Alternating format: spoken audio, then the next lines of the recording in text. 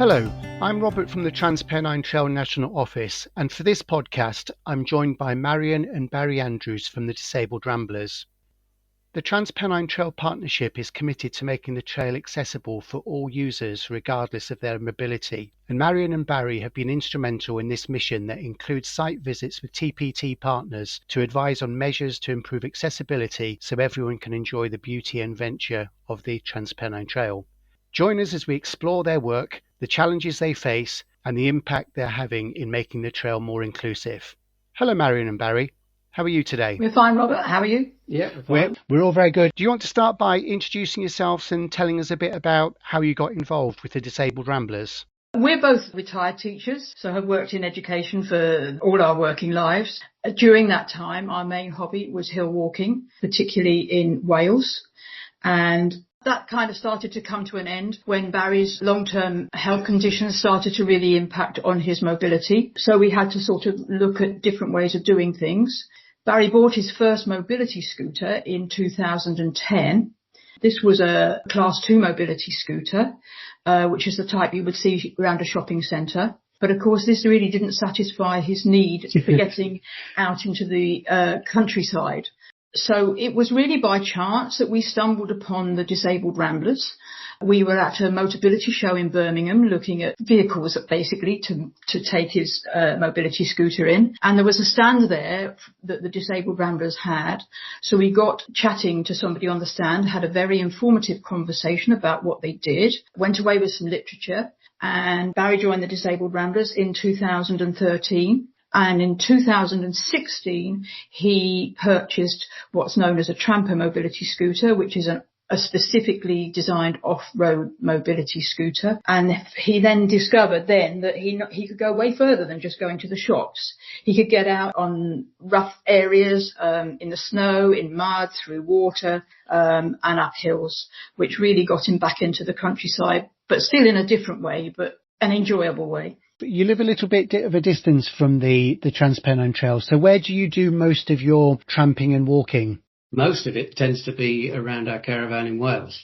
And then we go on holiday to a holiday cottage and perhaps pick a place that has various routes that we, like Miles Without Stars routes, that we can actually do. So when you're choosing places to visit and routes to explore, what are you looking for in terms of accessibility? If it's a pre-planned route like a Miles Without Stars, I can read what their gradings are and then go off and probably do it without any problem, because the tramper is designed to do all the types of routes that are Miles Without Stars. If it's one I'm trying to find myself, I look for bridleways or footpaths that perhaps look interesting. And then I look at the maps, then I look at aerial views, like Google Earth, and see if there's any obvious obstruction to my passage. Because that's the biggest problem, is you can plan a route and then you find one step which I can't get up or down, or one narrow gate or stile or something I can't pass through, which gets very frustrating, as you can imagine. Absolutely. So initiatives like the Miles Without Stars is critical then in minimising the amount of research that you're having to do. Yes, basically somebody else has done that research for me, and if it says it's a route for some, I know I can do it. If it's a route for all, I know I can do it, because there won't be the issues of coming across a barrier or, as I say, a gate or something that I can't get through. Brilliant. Marian, it's probably a good opportunity for us to let the listeners know what the Miles Without Stars initiative is. Do you want to explain what it is and what it involves? The Miles Without Stars initiative was something that grades routes so that people with mobility scooters or mobility aids or things of that kind are clear about where there may be paths for them to access. So they're graded into 3 grades. It's for all, for many, and for some. And for each of those categories, there's a description that is nationally known, really, which also equates very nicely to the Disabled Ramblers' descriptions of routes as well. And the descriptions are basically that a route for all is suitable for a pushchair or an unassisted wheelchair. And that's because mainly the surface will be of tarmac or compacted stone, and any stones or anything on it will be less than 10 millimetres in size. And the gradients will never be more than 1 in 10, which is obviously important if you're propelling yourself in any way. Routes for many are routes that are really suitable for assisted wheelchairs or a more robust all-terrain type equipment. Such as Barry's Tramper. The surface could be stones up to 4 centimetres in diameter or less, and the gradients will be no more than 1 in 8. And then for paths that for some, these are mostly suitable for really robust all-terrain mobility equipment and off-road mobility vehicles. The stone surfacing may be less than 10 centimetres in diameter, but you may also find a few little steps, but they are less than 10 centimetres in height. But the slopes could be greater than 1 in 8. In fact, some slopes on Mars Without Stars paths we're aware of could be up to nearly as much as 1 in 4. But the whole of the premise of the Mars Without Styles is that there will be no inaccessible barriers on the way. So when you're selecting a route, you will know that you're selecting it really for surface and gradient, not because of barriers. But obviously you might come across a stock control gate that's easily accessible that might be on that path. Brilliant. So you've talked about how you both got involved with the Disabled Ramblers. Do you now want to explain what the Disabled Ramblers do and what your roles are with them? Basically, the Disabled Ramblers is a small charity that works across England and Wales to help make the countryside more accessible to people with limited mobility. It's a membership charity run completely by volunteers. And believe it or not, its origins date back to the 1990s, so it's not a new charity, and it first became known as the Disabled Ramblers in 2000 and was registered as a charity in 2004. So the charity itself has been in existence for over 20 years. There's 2 aspects really to the Disabled Ramblers work. The first is linked with raising awareness of the needs of people with limited mobility, especially with regard to access to the countryside. And we have quite a focus on the removal of man-made barriers such as step stiles, narrow gaps, narrow bridges. But we don't ask for tarmac everywhere. I think sometimes people think that something is only accessible if it's a tarmac or a boardwalk, and it's really important to understand that that is not what accessibility is about. And in order to achieve some of this work, we do work with quite a lot of national bodies. So we work with bodies like the National Trust, National Parks, National Trails, Natural England, Natural Resources Wales and Sustrans. Some of our members have engagement with local authorities. So, for instance, I'm a member of the Cheshire East Countryside Access Forum. So that's really where our kind of access work comes into. And obviously we're advising along the TPT as well at partnership meetings. The other aspect of the Disabled Ramblers charity really is the organisation of rambles. So these are rambles for people who use mobility scooters. We have an annual national ramble programme of 24 rambles, and these are organised into weeks of 4 rambles in 1 week. So it can kind of create a holiday week for people with mobility scooters if they choose to do it that way. So and to those rambles, we take 4 trampers that some of our members can use if they don't have one. So they can then ramble alongside members who bring along their own scooters that are suitable. For example, this year our ramble weeks are in Sussex, the North York Moors, Derbyshire, the Malverns, Pembrokeshire and Hertfordshire. All the rambles that we organise are tested and risk assessed. They're roughly between 5 and 8 miles long.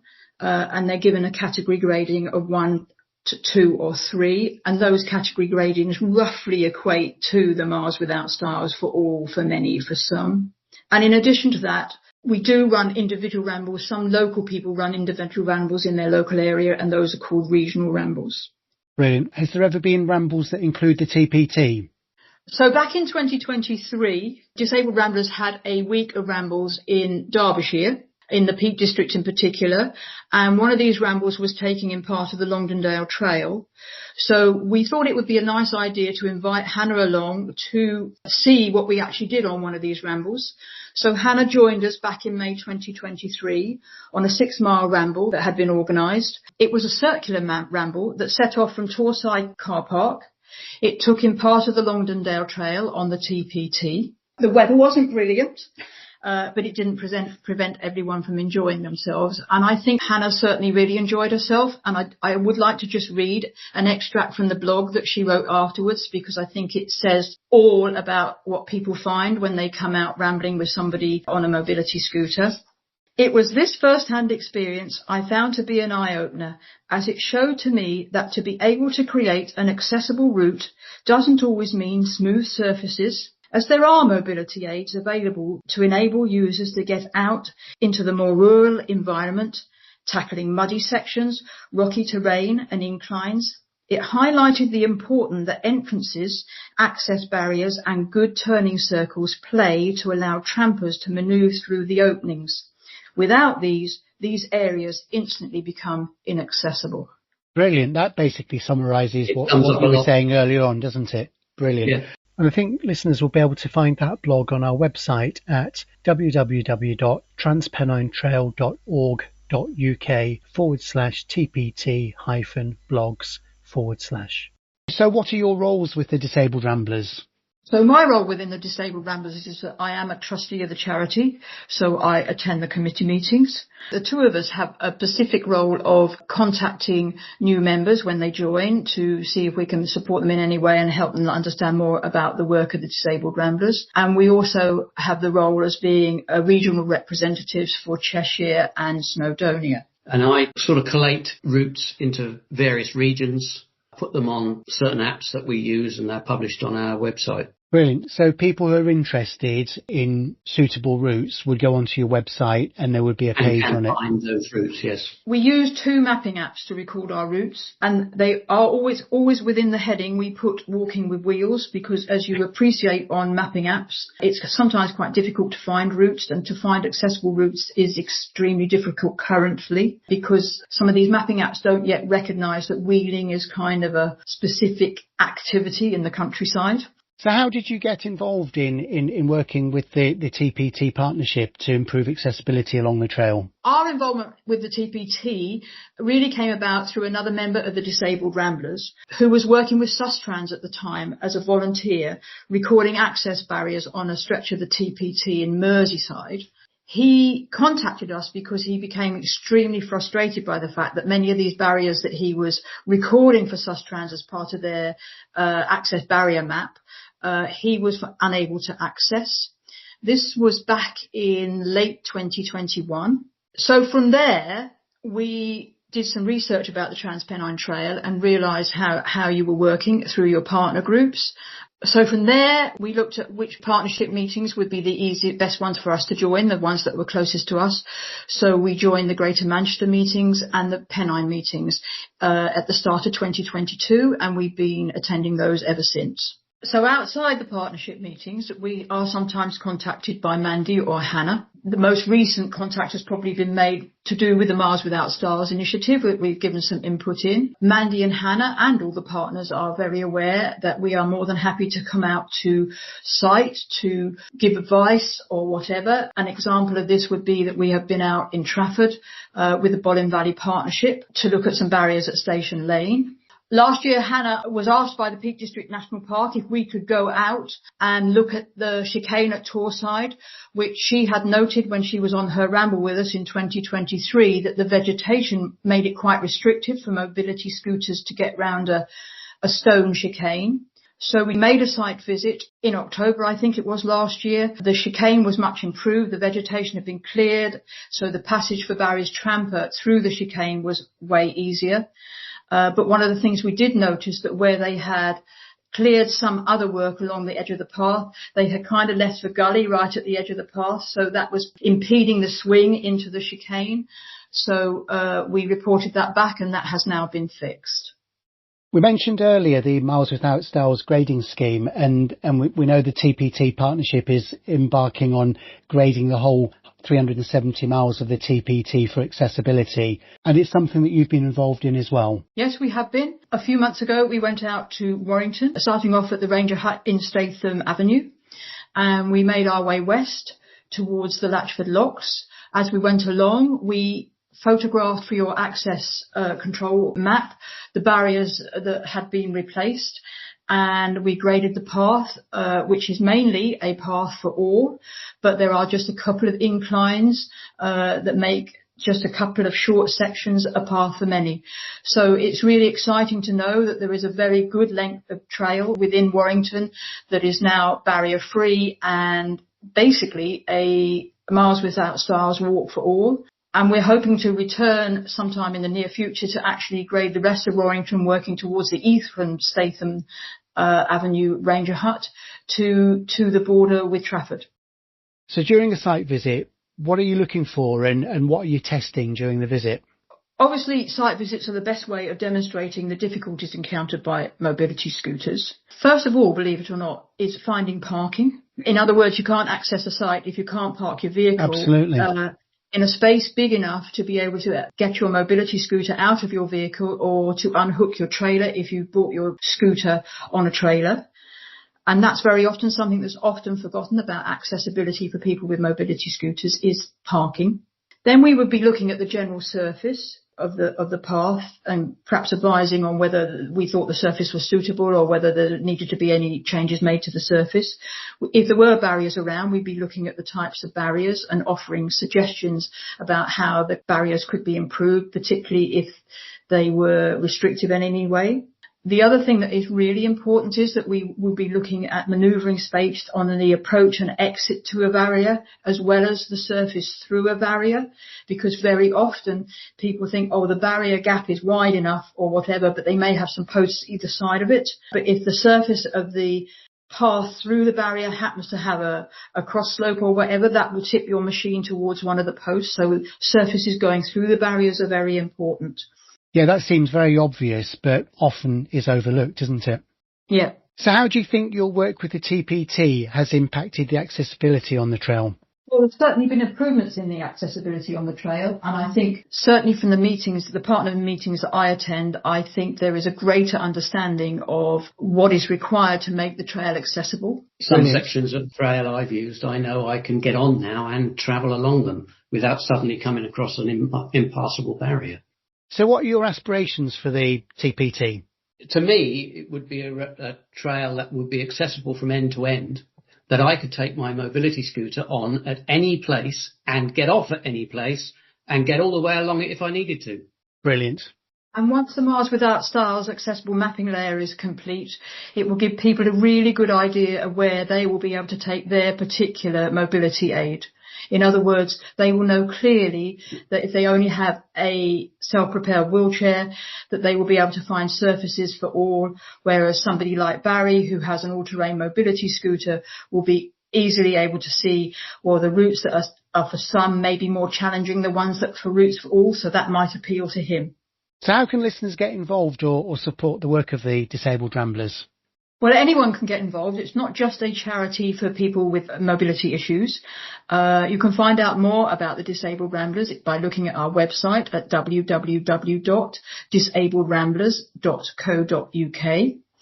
We also have a very active Facebook page where members and non-members share where they are rambling or issues they have about their machines or issues they have about access. Well, the other thing is we are always looking for volunteer help to help run the rambles that we do run. The more people we have helping and assisting with the rambles, it helps everything go much more smoothly.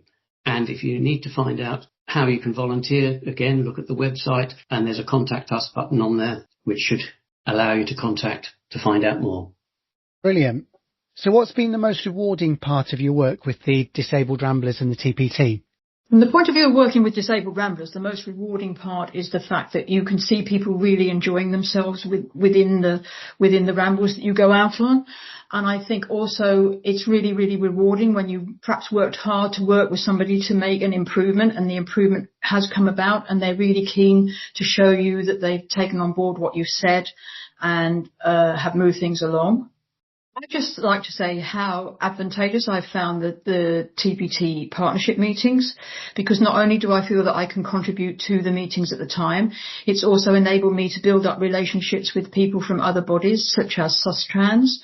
So we do quite a lot of work with SUSTRANS where they contact us to ask us to come out and look at some other access issues that are beyond the TPT. It's also helped us to touch base with somebody from the British Horse Society as well, where we were able to help her understand a little bit more about access in the countryside for people on mobility scooters.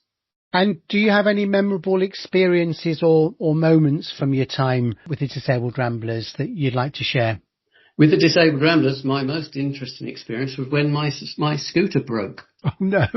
Where was that? On the top of the Quantock Hills. Oh, we were out on a Disabled Ramblers ramble, and we always take a trailer with us, which has a portable toilet, etc. on it, but it also doubles as an emergency rescue vehicle. It's towed by another tramper. Yeah. And my rear suspension arm broke, and I was basically marooned at the top of the hill. So we had to put it on the trailer, spread everything else that was normally on the trailer around other people, and then we managed to get off the hill. That was probably the most memorable. So how long a journey was it to get off the hill? Probably about 2 miles. Too much to get off without help. Yes, you won't forget that experience in a while, will you? No. So I think we're coming to the end of our podcast. It's been absolutely fascinating. I've really enjoyed learning more about the Disabled Ramblers and their involvement with the Trans Pennine Trail.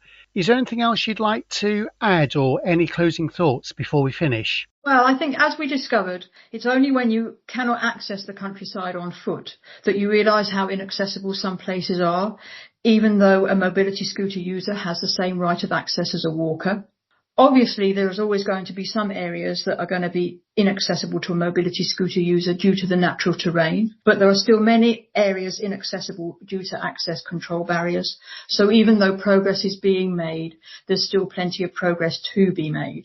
Absolutely. And let's hope that the work that the Disabled Ramblers and the TPT are doing together, and the Disabled Ramblers in other parts of the country as well, continues to bear fruit. And with that in mind, I think that's a positive aspirational note on which to finish. So thank you both for a fabulous, informative podcast. I'm sure our listeners will really enjoy listening to it and learning about accessibility, which many of us just take for granted. Thank you for joining me. Thank you, Robert. Thank you. Well, I hope that during this podcast we've shed some light on the importance of accessibility and the incredible efforts being made to ensure that everyone, regardless of their mobility, can enjoy the beauty of our countryside. If you're interested in supporting the Disabled Ramblers or getting involved, please visit their website at www.disabledramblers.co.uk or check out their Facebook page for more information. And if you want to find out more about accessibility and Miles Without Styles on the TPT, you can visit our website at www.transpennine.org.uk/accessibility/. Thanks again to Marian and Barry for sharing their journey with us. And to our listeners, thanks for tuning in. Until next time, stay safe and keep exploring. Goodbye.